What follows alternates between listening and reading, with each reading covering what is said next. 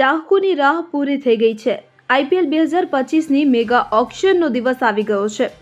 Saudi અરેબિયાના જેદાહમાં આજથી 2 દિવસ માટે સ્ટાર ખેલાડીઓ પર બોલી લગાવવામાં આવી રહી છે। મેગા ઓક્શનમાં કુલ 577 ખેલાડીઓની હરાજી કરવામાં આવશે કે જેમાં દેશી અને વિદેશી ખેલાડીઓનો સમાવેશ થાય છે।